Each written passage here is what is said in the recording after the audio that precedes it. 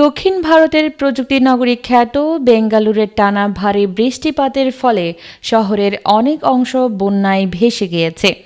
সোমবারের বৃষ্টিতে শহরের বিভিন্ন এলাকায় ব্যাপক জলাবদ্ধতা সৃষ্টি হয় এবং এর ফলে অন্তত ৩ জনের মৃত্যু হয়েছে, যাদের মধ্যে একজন ১২ বছর বয়সী শিশু এবং একজন মহিলা সফটওয়্যার কর্মীও রয়েছেন।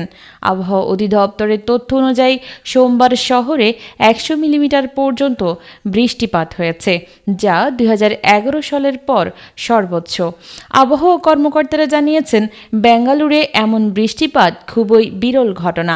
শহর জুড়ে বিভিন্ন রাস্তায় হাঁটু পানি জমে গিয়ে অনেক গাড়ি পানিতে আটকে পড়েছে। পরিস্থিতি এমন হয়েছে যে শহরের বড় বড় প্রযুক্তি প্রতিষ্ঠান তাদের কর্মীদের বাড়ি থেকে কাজ করতে বলেছে। কর্ণাটক রাজ্য সরকারের পক্ষ থেকে জানানো হয়েছে, শহরের ২১০টি বন্যাপ্রবণ এলাকা চিহ্নিত করা হয়েছে এবং এসব এলাকায় পরিস্থিতি স্বাভাবিক করতে প্রশাসন সার্বক্ষণিক কাজ করছে।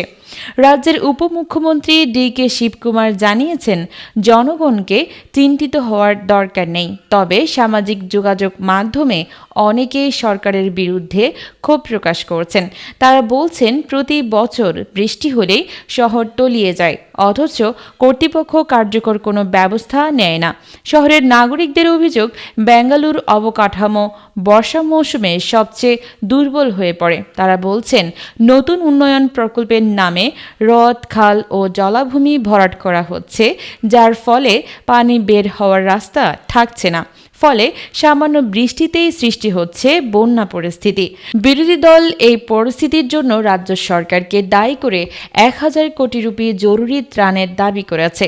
তবে সরকার বলছে, এসব সমস্যা বহু বছরের পুরনো এবং সমাধানের চেষ্টা চলছে।